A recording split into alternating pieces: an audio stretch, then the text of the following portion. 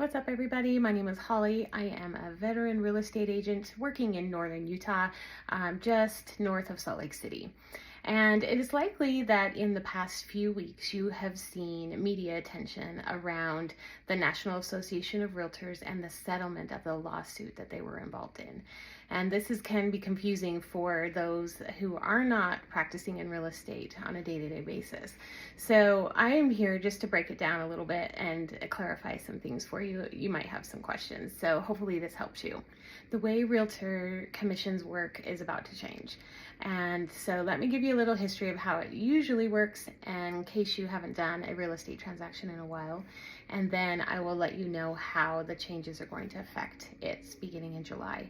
So previously, if a seller wanted to sell their home, they'd list their home on the multiple listing service or MLS. And in that listing, they would say how much compensation they were willing to give to the buyer's agent. So the seller was paying the buyer's agent commission. So oftentimes we would see between 2 and 3.5%, just depending on market, would determine kind of what a seller would offer.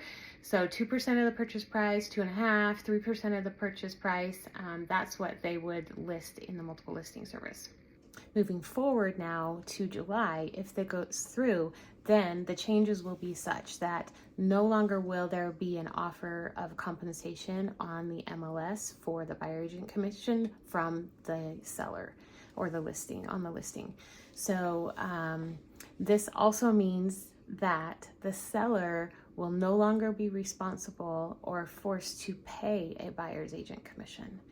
So this is the biggest change, right? So normally a seller offers that commission.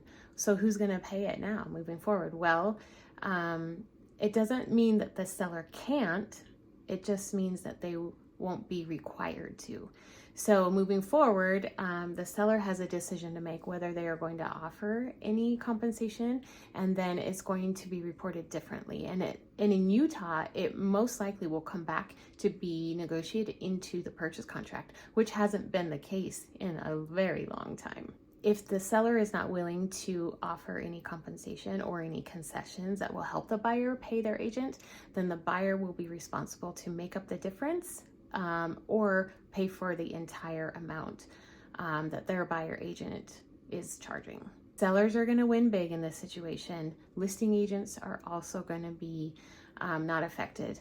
But who is affected is the buyer agent and the buyer.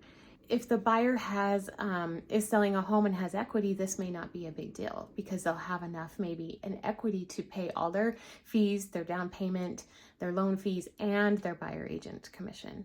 However, I feel that this is the biggest ding to VA home buyers who use VA loans, so our veterans, as well as first-time home buyers who may not have any equity to use to help pay their buyer agent commission. Now, hopefully, if this isn't going until July, hopefully the Veterans Administration will come up with some solutions that will help.